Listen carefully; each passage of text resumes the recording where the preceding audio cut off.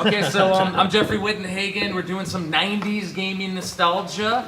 Initially, we were going to just make it about the Super Nintendo, but as I always tend to get off track, we might as well make it all 90s. Okay. With me, I have some contributors to the complete SNES book. Reggie, if you want to hold up, he has the actual proof copy. Yeah, you heard it. It's gigantic, 500-page Super Nintendo book. Right here, you can see the Nestronomicon Ex Mortis, now the leather-bound cover of the complete NES. So I've done multiple collector's guides for systems, and some guys, including Riggs and Reggie and Sergio, reached out and wanted to participate, and I was eternally grateful. It helped me get the book out an extra year out. It helped me get it out a year earlier, actually, because I didn't have to write every single review. And little people don't know this, but Sergio actually did the editing for the NES book. Oh. Believe it or not. So if there's anything wrong with the Nintendo book, blame him. So I also do a podcast called Video Game Bullshit. And we BS about video games. We release a new episode every week. So this is being recorded for VGBS as well. Oh, look at that. So Okay. we call it VGBS Live. Because I've been going to a lot of panels this year. This is my 12th this year. I'm just doing the rounds as an author. Because I'm not a YouTube personality like everyone else, so I mean, I just write books and do some cool stuff and try to do as many cool things as an author as possible. So go ahead and introduce yourself, Serge, and we'll go. You guys, my name is Sergio Elisondo. My last name is kind of hard to remember, so just think of me as Sergio Holograms. It's the production that I do. I do a lot of YouTube work, a lot of NES arrangements.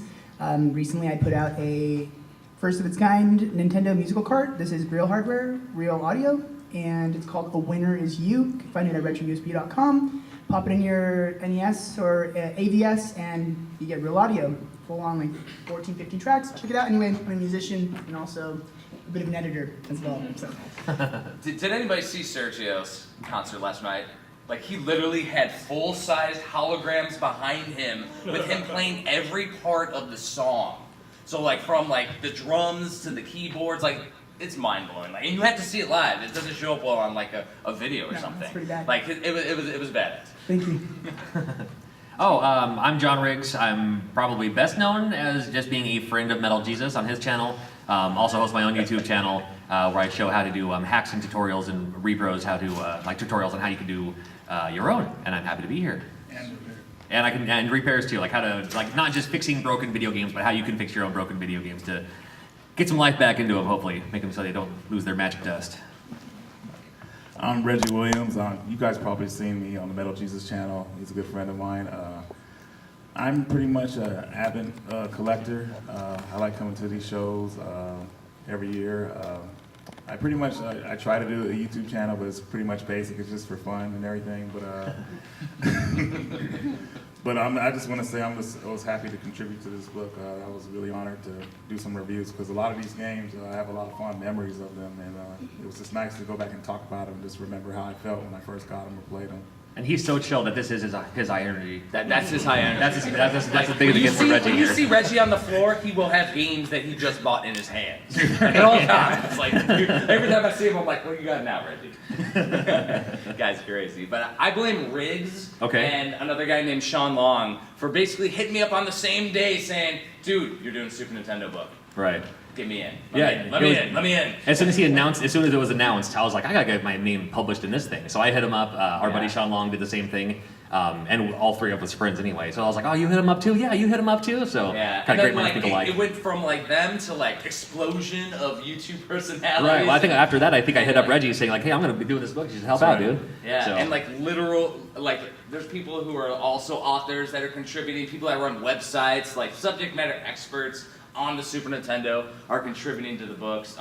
The other aspect that we went to this time that I didn't go with this one yet is the Super Nintendo Compendium, and that allows everybody who backs the books to write stories. And it's going to be different because that right there has quick, concise paragraphs on the Super Nintendo. So every game's in there, including unreleased games and homebrews and PAL exclusives and licensed games and the unlicensed game. The one, Super Nova Star 3D. But it's concise. The compendium is your stories, my stories, their stories. I don't want to see Super Mario Brothers is a platformer. I want to see, when I was a kid, I could never rent Super Mario World because it was always out of stock. It never could rent it, so then I saved up money and bought it. Like, I want to see the personal stories because that's fun for me to read, and that's what we want to do today is just tell some stories. I think that's going to be pretty cool.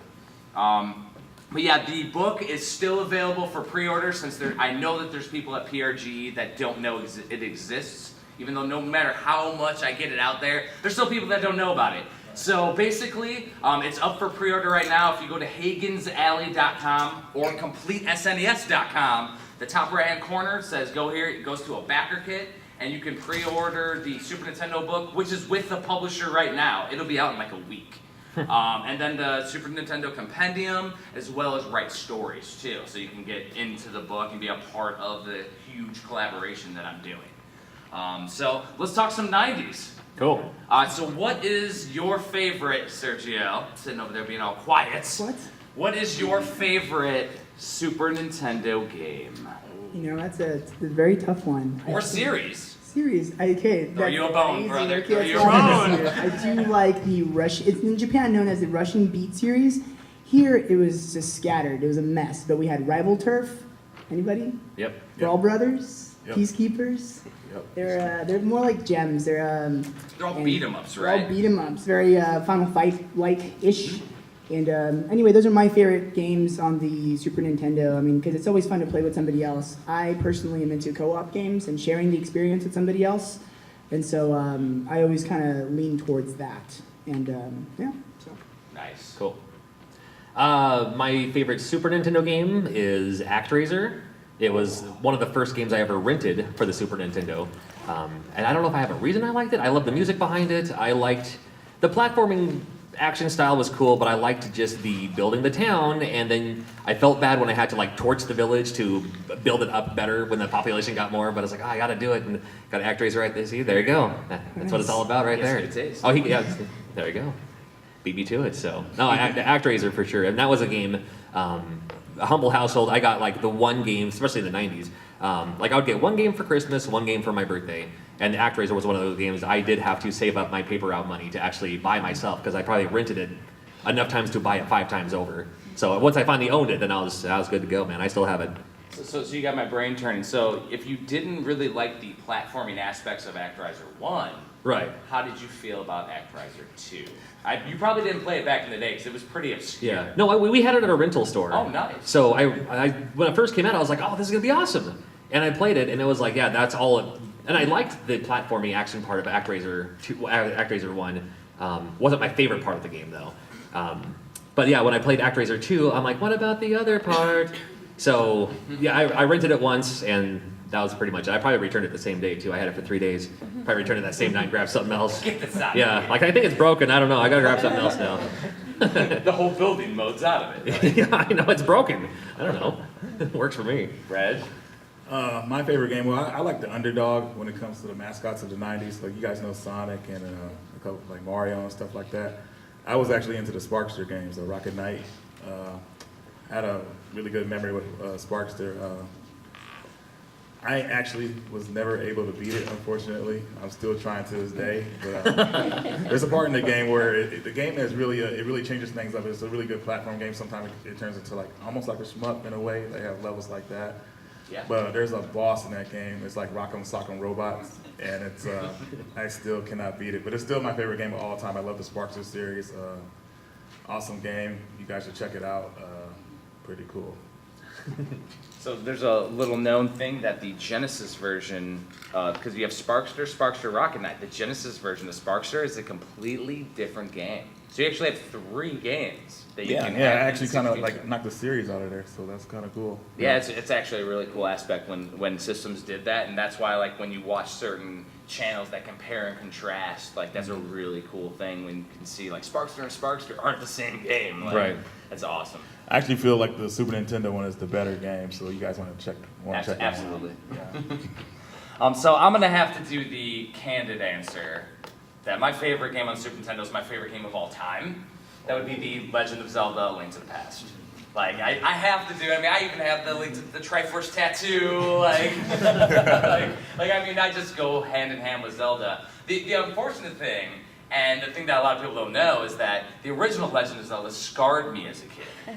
Oh yeah. So I was also from a humble household. Sure. Only got like one game again, you know, for birthdays and Christmas. The same thing, like parallel type, you know, upbringing. However, so I went and rented The Legend of Zelda. Went and played it all weekend. Didn't turn off the Nintendo because I, you know, was so into it. Got all the way to Ganon. He reveals, and the game froze. I turned it back on, the save's gone. I didn't save the whole weekend because I was playing it in one shot. And you know, I would leave it on all weekend. Probably the Nintendo either overheated, the pins moved a little, who knows? But I was like, screw this, never touching Zelda again. And then, you know, Nintendo Power did that awesome Legend of Zelda spread. I'm seeing it, I'm like getting into it. I actually didn't get my Super Nintendo until many years later because, again, humble upbringing. I had to save up for my Super Nintendo. The actual Super Nintendo that I got was the Super Mario World, Super Mario All-Stars combo cartridge. Oh man, that's how late it was. That's how late it was. That was like, what, 5 years into it, 6 years into it? Like, that's by the time. Because you know, as a kid, I'm like, oh, well, I need this candy right now. I need this, like, as I'm saving up. So it took me forever to save. So by the time I played Link to the Past, it blew my mind. Oh sure. Like, I was well over the scarification of, you know, being triggered from playing Zelda. Like, it's one of those things. Well, with Super Nintendo, you don't have to hold reset to push power, you know. So Yeah. you don't have to worry about your game being erased. I actually never used to do that. I used to Oh, say, you rebel. But I also lost my Legend of Zelda Yeah, save, see, so well, there you go. there is that. Short But time. yeah, so you know, Zelda Link to the Past always. I'm debating for the compendium. I wrote a very, very extensive guide for the Link to the Past where I went over in depth every like dungeon and the overworld, and because I'm obsessed about the game. I play it multiple times a year. And I'm debating whether to put that in the back of the compendium or not, because I think that would be a really cool aspect. But if I get a lot of contributions, like it's going to be not 200 pages like I put on the Kickstarter, it's going to be 250 pages. Because the guy who made this cover made one for the compendium, and he made it the size of 250 pages. So I can up my game. There you go. Plus, we've hit plenty of stretch goals now, even in Backer Kit. I didn't tell people this, but I kept the stretch goals going, even when Backer Kit hit. So, like, we hit a double, instead of doing a single-sided bookmark, we did a double-sided with an awesome painting on the back. Like, I just did a bunch of cool stuff, and I mean, I'm going to continue to do that forever. Okay, so let's go with Reggie. Yeah. What's the coolest thing you found here at Portland Retro Gaming Expo so far? Collecting. You know what? Dang, I actually left it at the booth. You don't have to show it, just tell us. It was it was actually a game for the PSP. It's called Gunhound. It's like a kind of like a mech type side scroller game. Nice. It's really cool. And one more item I'll throw in there. I got East limited edition for the PSP, which is pretty cool. So I like that game. So PSP collecting is pretty much, it's the optimal time to start collecting PSP right now. Definitely. It's really easy. It's awesome. Excellent. Riggs, you find anything cool? Yeah, totally. I found that nobody's doing Famicom Disk System games here. Those are the hardest to find. I could barely find any. I found 3, and one of them was text savvy. It's not gonna do me any good. One of them Castlevania 2, don't need it. Another one, didn't care for it. But I did have one guy come up to me at my booth and say, hey, I heard you like Famicom Disk System games, do you want to do a trade? And then he whipped out 2 Famicom Disk System games I didn't have, so worked out a trade with that guy and kept the cash in my pocket. Which game? I don't remember.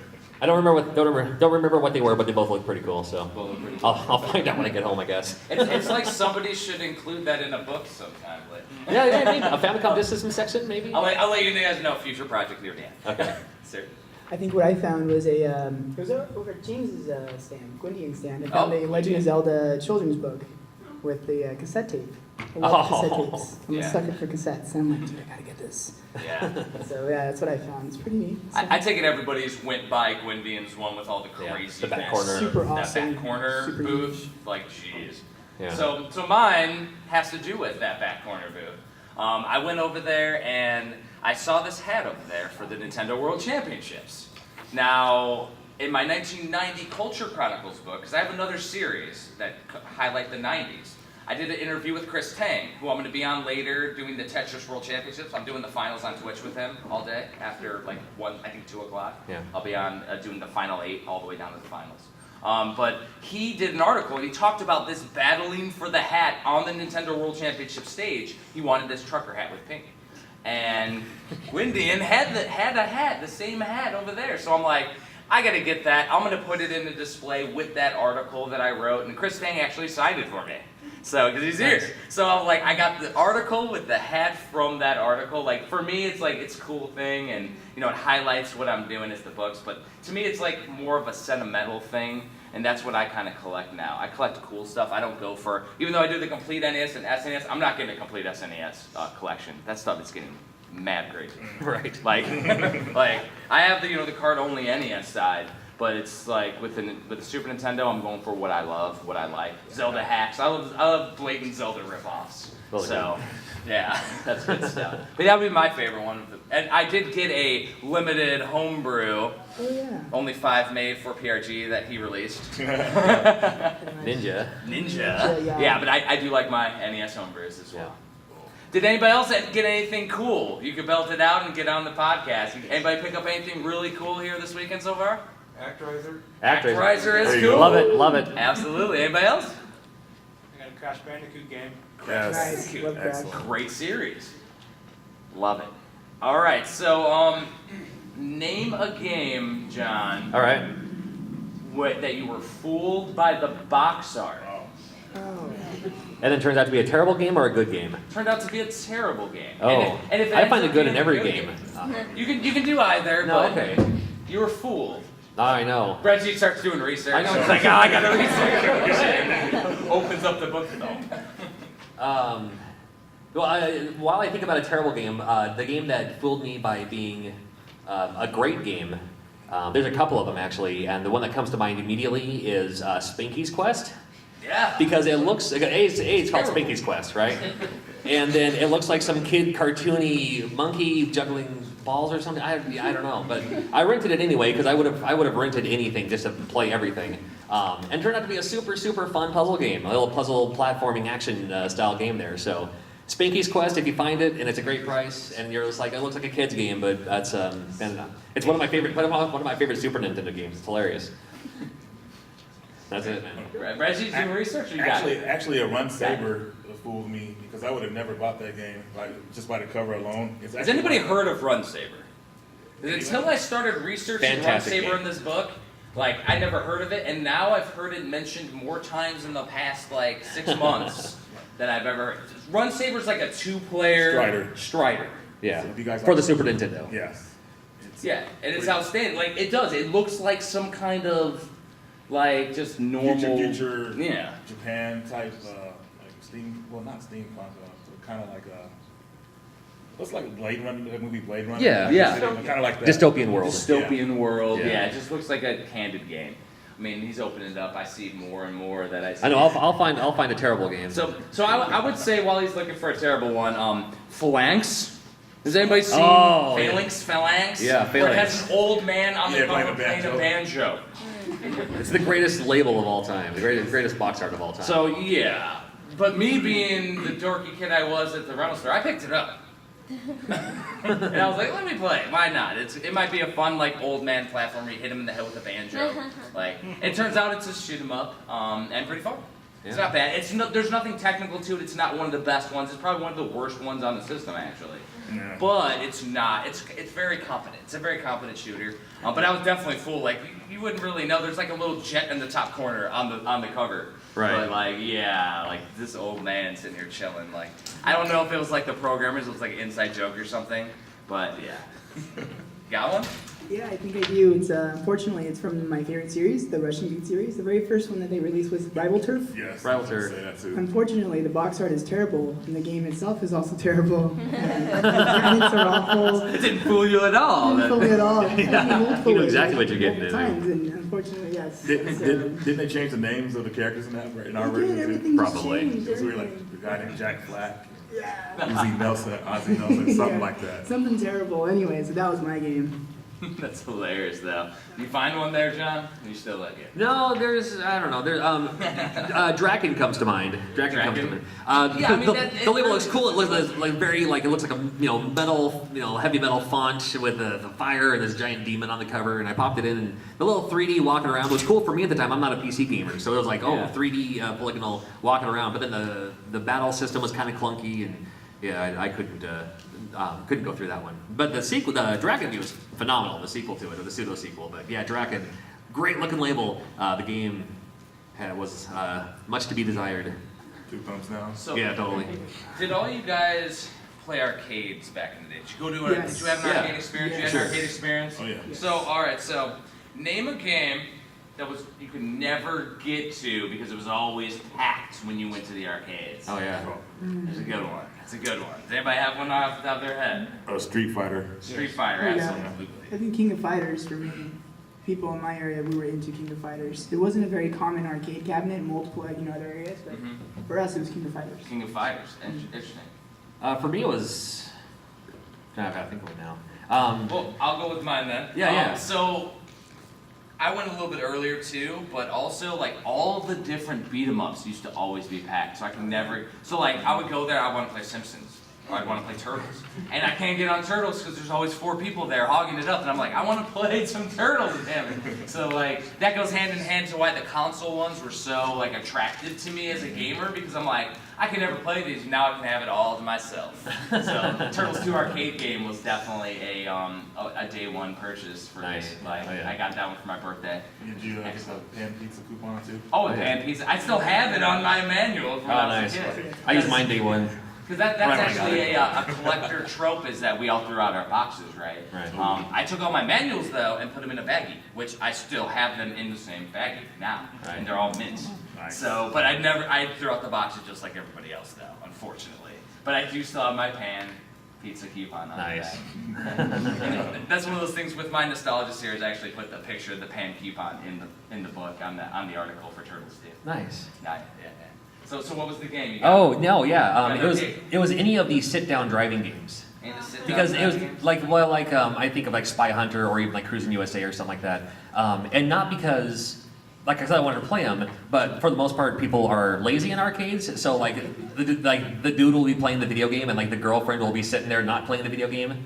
Yeah. And I was like, I want to play this game, but she's sitting there, and I'm too polite and shy to say like, you want to move your ass so I can actually play this game here. So a lot of times she's just sitting there taking up the game and not even playing it. So there was a lot of that going on. I want to play like this. There was a sit down. We had a like cockpit style Star Wars arcade game. Yeah. And it was either in play or they were just sitting there. Like a 5-year-old pretending they're playing it, and the parents are off, doing something else. Like, oh, come on, man, So which area were you guys from? Because I'm originally from Chicagoland, Northwest Indiana. So like I guess they were a focus. We always like to play the the 4-player games and stuff over there. But the fighting scene did get big later. Yeah. So you're from Cali, right? Yeah, San Jose, California. It's a So, Bay Area. and Oh, go ahead. I'm from Southern California, Gardena. Street Fighter. Oh, okay, there we go. There he is. Thing with Street Fighter was like I was talking about that. Like you go to an arcade and they have a bunch of people standing around it, and you could never get a turn because they put their quarters on there. And Yeah, stack quarter on there. quarters around, so you're not Yeah. getting a turn. But yeah. And I'm in East. I'm from Yakima, Washington, and I still live there currently. Again, after moving away. so it's interesting So, too, Eastern Washington. based on the region you're from, like what people were into as Yeah, well. the So, scene is I think different. it's definitely a regional thing, like how the arcade scene was. Yeah. One thing that I always say now is that everybody talks about how great the arcades were back in the day. Was anybody on the arcade floor last night? That's what the arcades felt like back in the day. Yeah. This is it. Without the layer of smoke. Without the layers. So actually, it might actually be better than the rose-colored Right, glasses exactly, might totally. need it to be. But really, like conventions like this and like all over the country, like this is what it is. It's all about like-minded gamers getting together, having fun. I still had to wait in line to play some games last night. Right. It's just how it is, though. Baby Pac-Man, always has a line. Trying to get on that new game, the Queen Killer Bee. Oh, Killer Bee. That's all Killer I Queen. Killer Queen, the 10-player one. Yeah. That game's awesome, and like, there's always a line. Did you get to play the 6-player X-Men? Oh yeah. Yeah. You can usually jump in that one. You just kind of squeeze in with your shoulders, but. Kind of happy. Well, you really. I know. Almost. Some of us adult gamers kind of have double plus size here, so we got not a whole lot of room to fit 6 players on a cab and try to squeeze in when you can, over someone's shoulders or something. They're marketing it towards the skinny kids. They were, yeah. I was maybe in high school, but not now. It's always interesting to think like these developers didn't expect all of us to continue to play these retro games. Like they didn't even think that No, this whole didn't have a scene clue. would go crazy. So we mentioned a couple times with Sergio. Is everybody tracking the homebrew revolution that's happening? Is anybody not familiar with NES homebrews or SNES homebrews? Does anybody not know what a homebrew is? Okay, we got a couple. So let's do a little educational piece. But essentially, there are games being made right now for the NES, brand new ones. So when I said that the winner is you or Ninja, like this was created this year. New plastic, new hardware, new everything, so nothing's being damaged or destroyed. Yeah. So, for sure, So like to put things in perspective, there were 30 games this year brand new just for the NES. There were like over 20 for the Genesis. There was a couple for the Super Nintendo, which is very hard to program for. Right. There's a new one for the PC Engine. They're out there, Henshin Engine. It's a new TurboGrafx 16 game. Right. Like, it's mind-blowing. There's people putting out new arcade games. Strike Harbinger out there with Chris Tang, who's going to be doing commentary. He's doing a new style game, which it's like behind the shoulder, like a Space Harrier. Like a Space Harrier or Right. a 3D World Runner. Yeah, it looks great. Yeah, it looks awesome. And as you're playing, air shoots you in the face and blows you back. And you're like, ah! But I mean, there's passionate people out there creating new games. And to put things into perspective, do you know how many licensed NES games there were? For the US, Hmm? I want to say it was 678. Correct. There you go. I got you covered. So there's 678. Yep. 1,054 Famicom. There you go. So. So right now there is about 280 NES homebrews that have come out since 2009. Right. Like 280 new games. It's starting to rival half of the licensed NES library of passionate people. Now some of these are just a ROM that are on a computer, but a lot of them are getting on cartridges. And so that's an interesting aspect, like that's really cool. And like as gamers, we can relive what it felt like to open a brand new game now. That's crazy. Yeah. So what is your favorite homebrew game besides for your own? That's a tough one now. No, I think one of my favorites, unfortunately, never saw a complete release. My favorite homebrew is a game called Super Bat Puncher. I recommend you go and download it. It is amazing, absolutely amazing. The mechanics are great, the hit detection is excellent, and it's co-op. It's 2 players. What does it play like? It's a platformer. It's a platformer. It's more like Kirby, kind of like Kirby mixed with Mario Brothers, mixed with what else? Well, you have a giant punching glove, kind of like Rockin' Cats, and you punch the crap out of bats. And then as you get power-ups, the mechanics open up, and then you can hit the wall and go flying and tumble and go through bricks and do crazy jumps, and you can rack and stack all the power-ups. Yeah. There's a game out there on the floor, another homebrewer out there is doing a game called, was it Rolly? Yep, there's Rolly and Pyronauts. And Pyronauts. So it's a guy who did a Pyronauts game, but it's Rolly. He has them for play out there, and you're rolling around just like that mechanic in Super Bat Puncher. And then there's another game called Haunted Halloween 86 Yep. that's out there. They have the giant cardboard cutouts. That's another new NES game. Sure. And that one you can actually, it's like a beat 'em up like River City Ransom. And this is going into my favorite one because I like Haunted Halloween 85. Yeah, that's for sale right now. Yes. In 86, you can rack and stack the power-ups. So you can do like a uppercut into a flying fist to a crazy teleport, back-to-back movements. Like, it's a cool aspect that they're doing. And the thing is that we all know early in Nintendo games were pretty rudimentary in nature. And as the Nintendo went on, you saw some complex games. We're getting to that with NES homebrews now. We're getting from some dude in their basement putting out this little tech demo to we're getting full-fledged NES games that would rival what was on the original NES Sure. and maybe be better. Yeah. Old Mystic Searches. I mean. Mystic Searches with the new 8-Bit Heroes documentary that was yesterday that Right. they aired. Like that's going to be a Legend of Zelda game, except for you can jump and do a bunch of different kind of magical spell Right. attacks and like actually play the banjo.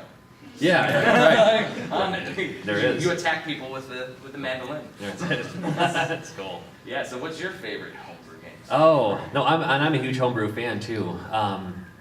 It'll probably be Mystic Searches when it's released, but in the meantime, the Legend of Alia that just came out. Legends of Zelda. Legends of Zelda is a kind of Legend of Zelda style game, and I could have totally seen myself play that. I could have rented that. It could have been on store shelves. I mean, the quality is that great. Yeah, that's like Zelda action RPG, but you have an owl buddy with you. Right. That kind of like also can just fly out and attack guys, or fly out and grab the item behind the trees or something. Exactly. So. And there's like multiple powers you get as you go through. Yeah, for sure. Yeah, totally. I think I was the first one to beat that game when it came out. I haven't even beaten it yet. I posted this. It gets pretty obtuse to No, I'm sure it the does. puzzles later. Yeah. But I posted a screen of the finish. He's like, "Take that down, please." It's like, this is what it's No one else beat it for yet. everyone. I was like, I was pumped that I beat it. No, sure. Reg. I don't know if it's considered a homebrew game, but Pierce Solar for the Genesis. Oh, that's a homebrew. It's a homebrew. Okay. Oh, yeah. Yeah. Make sure. Cool. Pure Solar, that's an awesome. Yeah. Well, because sometimes there's homebrews that are self-built, but then there's like the unfinished prototype, and they find the ROM, and they. That might be produce one of the and most that's a different one. publicized one though. Right. Like Okay. recent. Yeah. Pure Solar. Is everybody tracking Pure Solar? Yeah. Like It's like a It's a- Lunar it's a- type it's a thing, right? role- It's playing game. yeah, it's like a type of Japanese RPG. It's like Lunar. It has that Chrono Trigger feel to it with the story, the way the Oh. story's told. But yeah, the it's- one unique aspect of that one, so it's for the Sega Genesis, not for the Nintendo. It's an RPG, but it utilizes a feature that was available back in the heyday that was never used, and that's they have a Sega CD with it, and you can have CD audio on your Genesis cart as you're playing concurrently with it. It's insane. And you can turn it on or off. You can have the chip tune or the CD, but it actually is something that was a feature back in the day that no developers took advantage of. Yeah. Right. It's freaking crazy. Yeah. And they did a version for a Dreamcast too, didn't they? Yeah, they did a physical Yeah. version for the Dreamcast as well. Yeah. That's what's kind of cool with It's these homebrews. HD is- version. Yeah. And it's also available now on Xbox One and PS4 on Yep. the shops. So- HD version. Yeah. So like the Genesis one, you get your classic 16-bit version, and now they've refined it and put it out in HD for people too. Right. And on those, on the PSN and the Xbox Live version, you can actually change it back to the 16-bit version. Can you? While you're Yeah, playing like it. on the fly. Like, you can do that, like we even do with With the music too for the. like with Secret of Monkey Island, where you can go like from modern to what it looked like on Sega CD, back and forth. It's pretty cool. I want to watch it so I can't see what's going on in the screen. Classics. Yeah, So the love game that Pixel got me into homebrews though was Battle Kid Fortress Apparel. That one I saw and I was like, holy crap, there's new games. And if anybody hasn't heard of Battle Kid, it looks like Mega Man. It plays a little bit like Mega Man, except for you die in one hit. Yeah, it's like 9 times as hard. Yeah, so if anybody's played I Want to Be the Guy on the PC, it was a homage to that on the Nintendo. Right. The cool thing about that game though is that every like 6 to 8 screens you hit a checkpoint. And you hit the checkpoint, you're like, oh, I don't have to replay those screens anymore. The one thing that I noticed as I got better though is I could get through like most of the game without even dying at a certain point. And I actually have the limited edition copy of Battle Kid. I did a boss fight rush mode on that game, and it actually got a limited edition of Battle Kid 2 when he released it. So I have the same number of both. It's pretty cool. But yeah, that's one cool aspect of homebrews, and it's something that I mentioned that he had a copy of Ninja with 5, is that these homebrew developers are doing these limited edition runs. So he had 5 copies of his game available, PRGE. It's a single copy. And as things get bigger in the homebrew community, people are going to get into these games, and these things aren't going to be available. Right. Also, Starkeeper that you mentioned. Yeah, Starkeeper. Just I think you had one at your table. Like I that do. is extremely hard game I to still have find. it, yeah. Like we literally were refreshing on Nintendo Age to make sure the guy was going to put it up for sale because he was only doing so many. right. It was insane. It was a funny experience. And once they're sold out, they're sold out. You're not gonna find them again. That was like what limited runs games doing now, but with a really niche community. Right. Like pretty crazy. So let's see here. Let's name a game Okay. that changed your life. What's the game that influenced you to do what you're doing? Did you guys all are passionate people that are doing things For that Super take Nintendo everything? or anything. Yeah. Anything, man. Here, I can. We go That's easy. off in VGBS. We go off the beaten Yeah. path all the time. That's Okay. the point. So name something. Why do you do what you do? We'll start with Reggie. I see your mind now. I actually got out of video games when I was going to high school, so that was in the Super Get Nintendo out. era.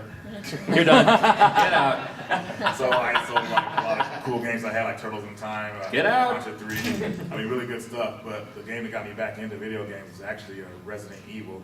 And it wasn't Nice. just because the game was scary, because I love FMV type games, and I love how they put that in there. And even though it's cheesy voice acting, I love that stuff. And Love it. So good. A chill sandwich. I know, right? That intro, is just, even though it's corny, it was so cool, and I was just amazed by it. And that pretty much got me back into games. Yeah, the PlayStation era. It's an awesome one. Yeah, I'm thinking of one. Okay.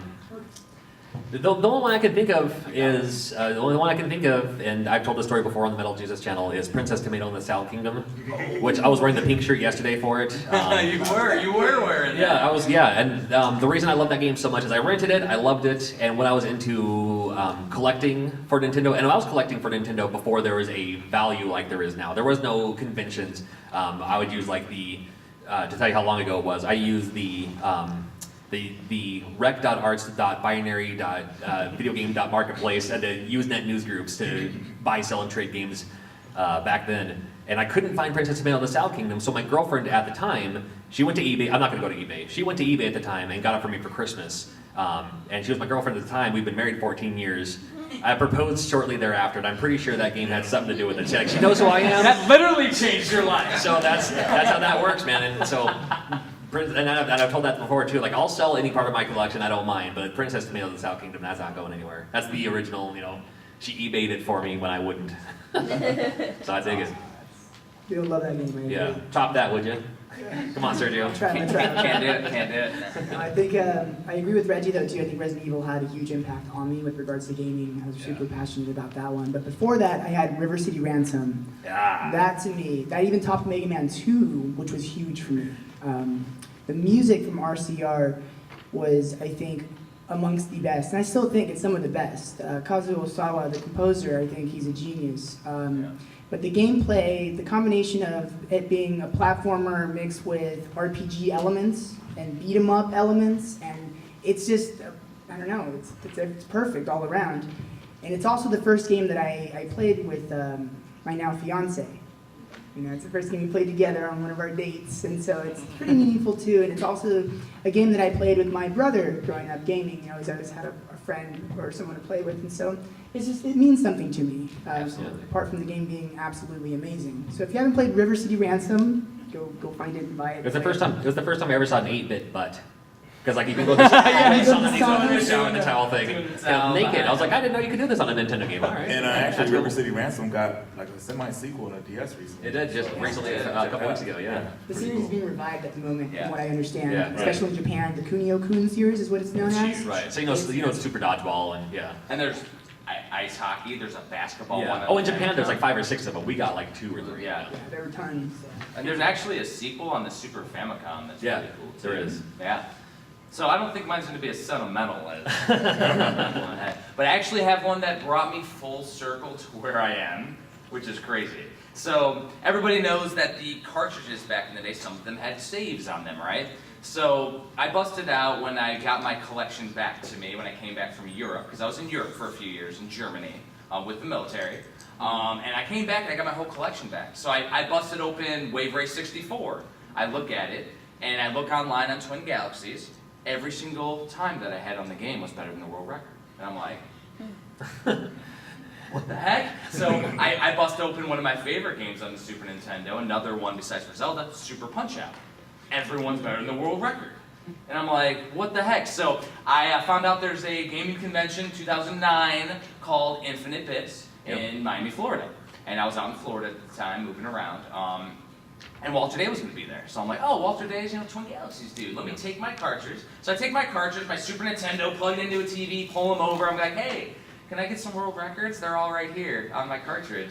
And not knowing, he's like, yeah, but you have to play them live in front of me right now. So luckily, I didn't bust out my 64 with Wave Race. But I'm like, all right. So I went there and played Gabby J, and I beat him. And I was like, 0.02 from the world record. So I'm on Twin Galaxies, but I don't think I have the top record, but I'm there. Right. And through that, I've been writing for many years, like since the 90s. And he's like, I made my Hidden Treasures book that went to Europe, because this is actually my second book that I have published. That's why there's a 2 on this mine. So Walter Day gives me a card for my contributions to gaming, and I had, you know, my world record attempt, and I had all these world records on cartridges, and, you know, he's one of the nicest guys in gaming. And through that card, I went to another event, a Beckett grading, and I met a guy called Joe Simcoe. Does Garbage Pail Kids. However, I didn't know who he was, and I saw his Sweet Rot series. He did this children's book. I'm like, my daughter might think this is pretty cool. She's like, she was 3 at the time. I'm like, that'd be pretty cool. And so I go, hey, have you ever thought about doing the NES? And he's like, oh, I've always wanted to. And then later on, my buddy's like, you know that guy does Garbage Pail Kids. He just agreed to do your cover. I'm like, I need to go to Kickstarter with it. And then now it explodes, and now I'm on, you know, up here, BSing with guys that are like well above my my pay grade on the internet. But you know, it's pretty cool though. I think that like due to those games though, I'm kind of in my position where I am because I just basically want to make cool stuff. And like, I wanted a Nintendo collector's guide that I could put in my pocket and figure out which boxes and manuals I'm missing. And then everybody went for the color one. So I'm like, all right, so we got this cool cover one. Let me get a guy who does leather work in Europe, do this handmade and hand-painted, and make something awesome. And then, you know, it's just gonna go crazier and crazier. And like, why not have everybody write their stories in my books? I mean, I'm just an author, I'm just a gamer, just like everyone else. I think it would be a really cool aspect, and it makes it really fun for everyone. That's just it. Totally. So I didn't win. Okay. Yeah, but that's kind of what, you know, full circle why you're here. And it literally changed like how I'm doing things because you know I'm able to come to conventions all over the country and hang out and play games all night. That's not a bad thing, right? Amazing. And all my books are right now with Moto Glass since now I'm doing the commentary for the Tetris World Championships. You know, it's pretty crazy. People that you meet. People that you meet. That's it. So. Name an obscure game that was only released in PAL territories that you like. PAL territories, we're getting crazy. So, you know, like a Mr. Gimmick. It could be for any system? Any system. No problem. And when you said Resident Evil, that's still 90's, brother. Yeah. Like, you were good. Like, it's actually a game I came upon recently, about a year ago. It's called Chaos Break. It's basically like Resident Evil with a cheesy voice acting and a crazy story. is that on PS2? PS1. PS1. Yeah. Chaos Break. Chaos Break. Oh, I think there's a Chaos Breaker on PS2. Oh, probably is. Like, I swear I had that one. But yeah, so it's Chaos Break. What style? It plays like a kind of like Dino Crisis and Resident Evil put together. With the tank controls and everything? Somewhat tank controls, but it's not fixed camera angles, only on certain parts, which is cool. So it's an awesome game. Cheesy voice acting.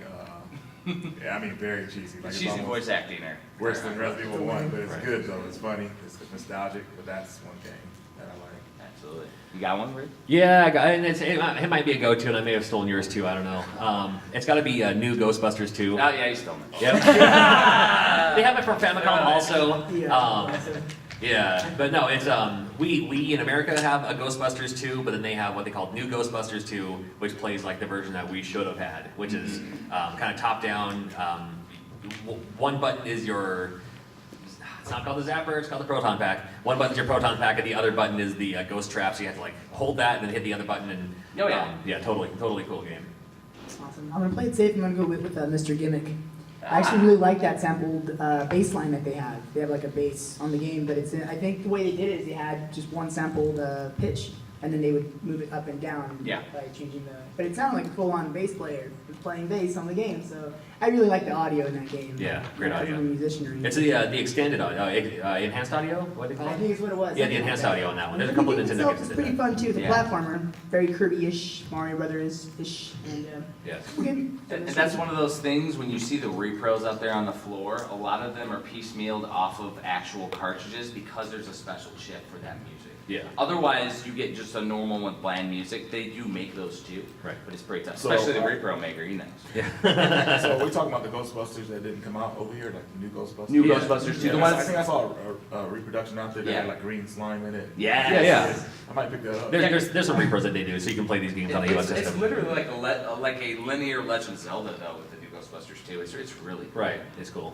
So since you took mine, I'm a kind of a black hole of knowledge of those. So I'll go with my next one, which is Terranigma on the Super Nintendo. I should have chose that one. Oh my goodness! I should have chosen that. So it's actually part of a trilogy.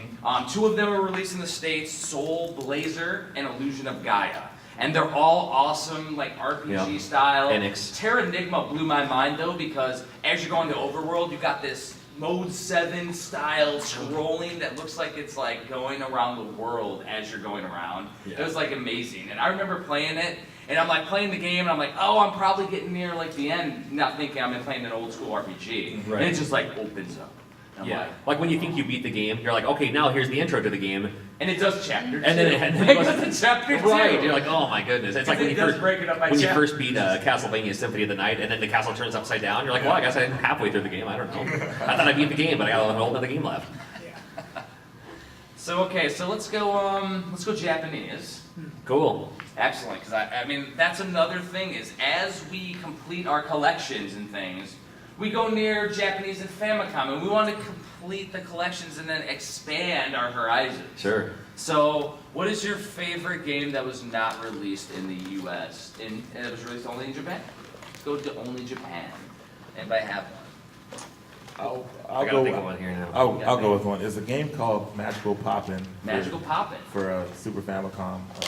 Excellent. It is one of the best 2D platformers I've probably ever played. Like the music, the platforming. You guys know what I'm talking. You guys have played it before. It's pretty. Magical Poppin'. It's That's pretty a good awesome. one, yeah. So, since you're both thinking still, I actually got a two answer because they're kind of the same formula, both from the Famicom. Okay. One is called Kid Dracula, and basically you're playing as a chibi style Alucard, and you get to go through. It's actually released on the Game Boy at a different version of Kid it. Dracula. Was released, and it's called I don't know, Akumaru Sensu. Yep. Like on Good job. Yeah, actually, totally. like on for the Famicom. Boku, yeah. Boku. Boku Dracula. no Akuman, that's it. Yep. But basically, it's a chibi-style action platformer like Castlevania, except for it has better controls. Right. Like to me, it has awesome controls, and then that goes hand in hand with Splatterhouse Wapaku Graffiti, Yeah. which is a chibi-style Splatterhouse on the Nintendo, and it's really cool because every level on that one, and I'm a scary movie buff. I love 80s slashers. But it's like you go through all these 80s tropes. Like you're even going through like the classic cabin, and you're going through like all the different aspects, like with zombies and everything else. And it's like both of those games like go hand in hand. Those are like some of my favorites on the system.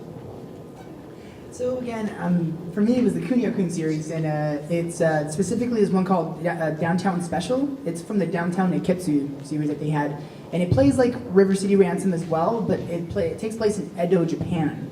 So you're running around. It's super amazing. Like they've added like I don't know hundreds of new attacks, new moves, new everything, and so that's my favorite. So again, it's an RPG beat 'em upper, and Awesome. excellent. So. And mine, I was gonna do the Kid Dracula for sure. Not too bad. And we're almost out of time, right? 2 minutes over, actually. Okay. Okay, we'll wrap up. I'll keep mine quick. I'll say it was the Goonies. We got Goonies 2 in America. Going back to the arcade scene. Going back to the arcade scene, we had the Goonies, but that was the version I wanted on Nintendo. Came out in Japan, didn't come out here. So if you happen to find a Goonies out there, you're like, is this Goonies 2? No, it's the first one, and it plays like an arcade game, and it's completely awesome, and we're out of time. So where can people find you, Sergio? Just Google me, Sergio Holograms. Look that up. Sergio and the holograms, like Jim and the holograms. It's like Jim and Holograms. Reg? Oh, Radical Reggie, YouTube, Twitter, Yep. Instagram. I'm at John Blue Riggs on Twitter, Instagram, Facebook, on YouTube, etc., etc. So- Gamer tag, I mean PSN. And as I said, you can go do CompleteNES.com or CompleteSNES.com. You can still pre-order the Super Nintendo book. Upcoming book is going to be called NES Oddities, Rarities, and Obscurities. Games you haven't played. And there's going to be a Nintendo compendium to go along with that if we hit the stretch goal, which last year we hit it in the second day for the compendium. Right. So basically, it's going to cover unlicensed, PAL exclusives, holy grails, unreleased games, Famicom games that you can enjoy without knowing Japanese, and Famicom disc games you can enjoy without knowing Japanese, and the NES Homebrew Revolution. So the book's going to be this size or bigger. And it's because I can't just do something simple. I got But thank you very much for coming, and we will get off the stage. Thank you.